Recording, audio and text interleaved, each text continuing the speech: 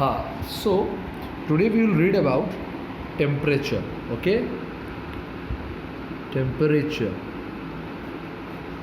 Okay, what is temperature? Okay बात करते हैं टेम्परेचर क्या है. तो सिंपली टेम्परेचर का मतलब है एक चीज़ कितना ठंडा है या चीज़ कितना गर्म है, वही टेम्परेचर है. Clear? Temperature means the degree of hotness और coldness of an object. Degree मतलब कितना. क्लियर? कितना कोल्ड है या कितना हॉट है, वो उसका टेम्परेचर है. समझ में आया? जैसे मैं बोलता हूँ किसी का टेम्परेचर 50 डिग्री है, कि आज हमारा आज कितने गरम, उड़िया में बोलते हैं आज कितने गरम है वो, आज 50 डिग्री अच्छे वो. तो 50 डिग्री मतलब 50 डिग्री मतलब बहुत गर्मी है. समझ में आ रहा? बहुत ज़्यादा गर्मी है उसमें. तो टेम्परेचर उस दिन हाई है. समझ में आया? क्लियर? टेम्परेचर क्या है. नेक्स्ट, तुम टेम्परेचर को नापते कैसे हो? How do you measure? तुम लेंथ को नापते हो मीटर से, किलोमीटर से. तुम वेट को नापते हो केजी से, ग्राम से. ओके, तो तुम टेम्परेचर को कैसे मेज़र करोगे? टेम्परेचर को मेज़र करने के लिए 3 यूनिट है तुम्हारे पास. एक है केल्विन, दूसरा है सेल्सियस, तीसरा है तुम्हारा फ़ारेनहाइट. ओके, देखो 3 स्केल है. एक है केल्विन स्केल, दूसरा है सेल्सियस स्केल, तीसरा है फ़ारेनहाइट स्केल. केल्विन को डिनोट करते हैं के बोल के. ओके, और ये केल्विन SI यूनिट है. हमारा टेम्परेचर वर्ल्ड वाइड में कौन सा यूनिट यूज़ करते हैं? SI unit. ओके, तो केल्विन इसका SI यूनिट है. क्लियर? टेम्परेचर का SI यूनिट कौन है बोलने से? केल्विन है. क्लियर? कौन दिया था ये वाला सिंबल या ये नाम? कौन दिया था? ये दिए थे Lord William Thompson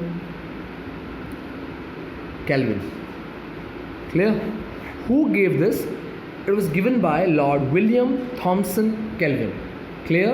And the measurement is denoted as capital K. Clear? समझ में आया? Okay? Now Celsius. Celsius is a common unit. It is not a SI unit. There is only one SI unit. That is Kelvin. It is a common unit. Okay? We normally use it. Like every day we use it. Clear? And the Celsius was given by Anders Celsius. Okay, ये theory कौन दिए थे? Anders Celsius. Clear? And this Celsius is also called as centigrade. तुम Celsius बोलो या centigrade बोलो, बात एक ही है. ओके, इसको कैसे डिनोट करेंगे? डिनोट करेंगे डिग्री सी, यानी डिग्री सेल्सियस में. केल्विन कैसे कर रहे थे? खाली के, यहाँ पे degree C. Okay, clear? Fahrenheit. Fahrenheit को कौन दिए थे? ये प्रपोज कौन किए थे?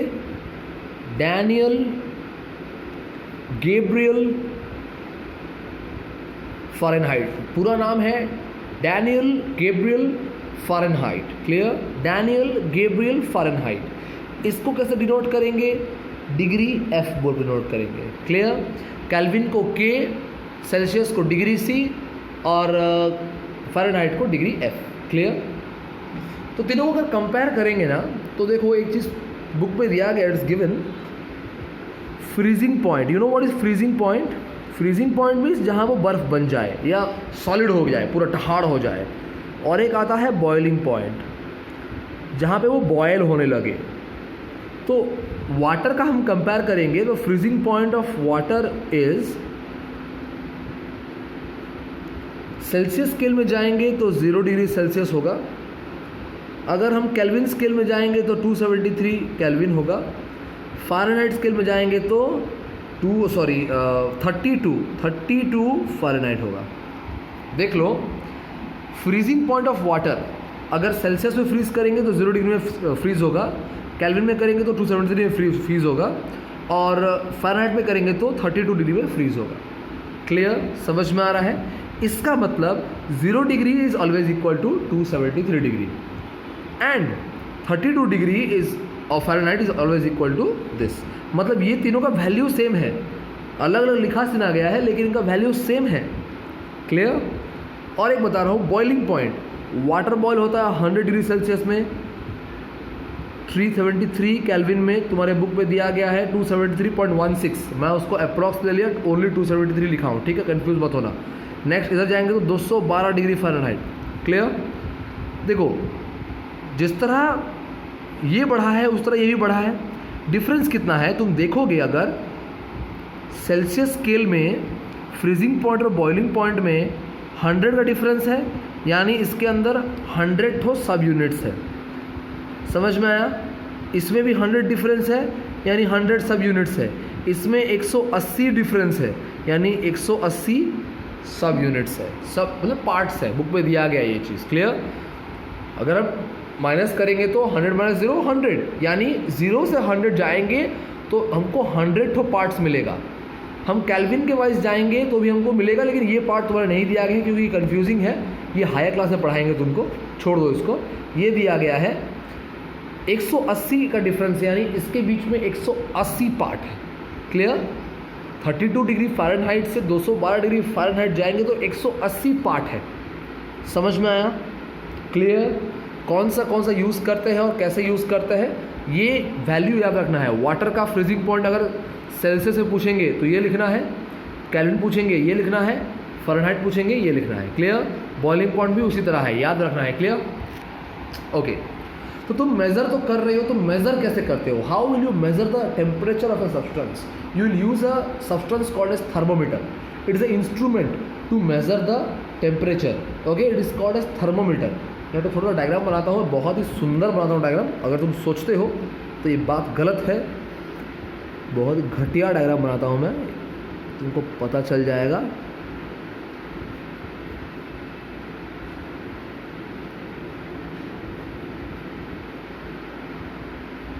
ओके, तो चेक करो।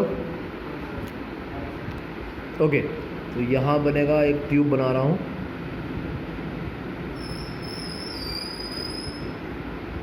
Okay, clear? सो दो पार्ट्स समझा रहा हूँ। थर्मोमीटर का पार्ट्स क्या होता है?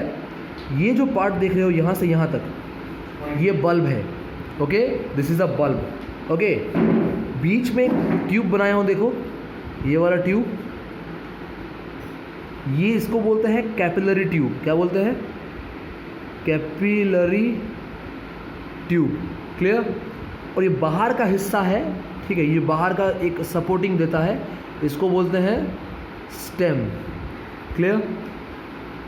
समझ में आ रहा है? एक और पार्ट होता है यहाँ पे, जिगजैग होता है। Notice, I am very sorry, तो दिखा नहीं, हाँ देखो, ये देखो, ये बल्ब है, ठीक है, ये जो बीच का ट्यूब गया हुआ है ये कैपिलरी ट्यूब है। क्लियर?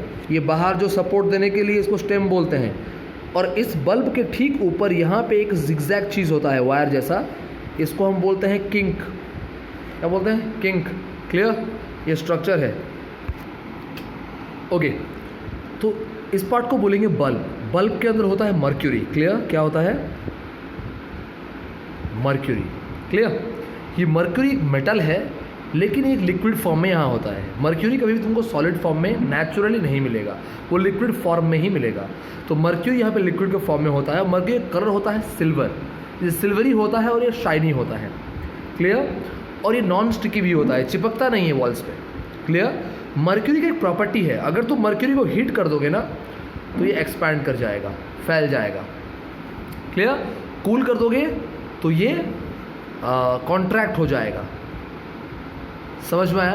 दो चीज़ है, हीट करने से एक्सपैंड होगा और कूल करने से कॉन्ट्रैक्ट होगा। समझ में आ रहा है? मर्क्यूरी का जो फ्रीजिंग पॉइंट है वो बहुत ही कम है, -39 डिग्री सेल्सियस में वो फ्रीज होता है। क्लियर? जबकि वो बॉयल कब होगा? वो बॉयल होता है 360 डिग्री सेल्सियस में। क्लियर? तो इसका रेंज बहुत बड़ा है, रेंज बहुत बड़ा है। जैसे कि अगर क्वेश्चंस पूछते हैं स्टूडेंट्स की हम अंदर अल्कोहल क्यों नहीं लिए, वाटर क्यों नहीं लिए, वाटर का रेंज देखो, सिर्फ 0 to 100 है range. Freezing point 0, boiling point 100, बहुत कम है। तुम अल्कोहल देखोगे उसका फ्रीजिंग पॉइंट -100 होगा और बॉइलिंग पॉइंट 78 होगा, 70 डिग्री सेल्सियस, ये भी कम होता है। जबकि तुम ये देखोगे -39 से 360 बहुत ज़्यादा है, अप्रॉक्सीमेटली 400 डिग्री सेल्सियस का डिफरेंस है, जो ना कि वाटर में पा सकते हैं, ना कि हम लोग कहाँ अल्कोहल में पा सकते हैं। इसीलिए मर्क्यूरी यूज़ करते हैं यहाँ पे। क्लियर? देखो अंदर एक ट्यूब है, कैपिलरी ट्यूब, ये पतला सा ट्यूब है जो कि मर्क्यूरी को कैरी करता है। जब मर्क्यूरी एक्सपैंड होगा तो इसी ट्यूब के थ्रू वो आगे ऊपर ऊपर बढ़ते जाएगा। समझ में आया? ये चौथा है, सॉरी तीसरा है स्टेम। स्टेम क्या करता है? बस सपोर्ट देता है और स्टेम में मार्किंग्स होता है।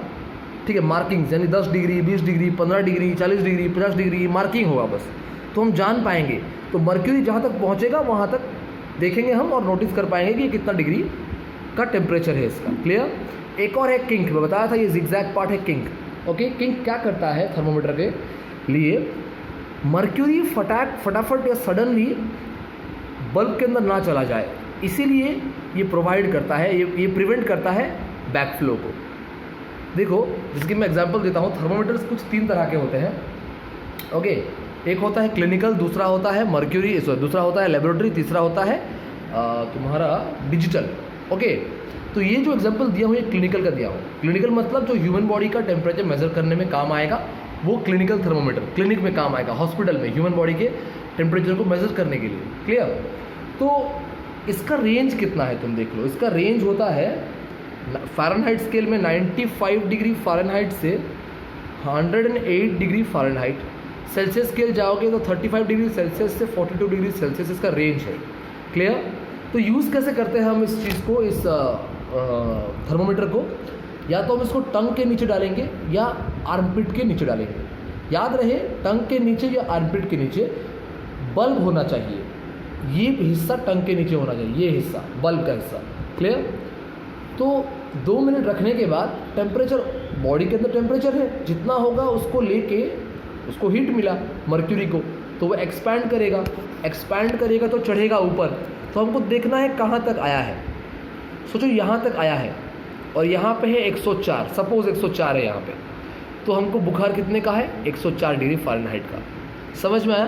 तो इसमें क्या होता है, अगर हम माउथ से निकालते हैं और देखेंगे ना, तब तक अगर ये मर्क्यूरी नीचे चला गया तो हम प्रॉपरली बॉडी टेम्परेचर मेज़र नहीं कर पाएंगे। इसीलिए हमें किंक दिया गया है ताकि मर्क्यूरी सडनली नीचे ना चला जाए। हम माउथ से निकाल के देखेंगे उसको 30 सेकंड्स तक, तब तक वो वहीं पे ही रहना चाहिए। इसीलिए किंक दिया गया है, मर्क्यूरी जहाँ तक है वहीं तक रहे और बड़े आराम से थोड़े टाइम बाद ये नीचे आए। समझ में आया? ये किंक का फंक्शन है।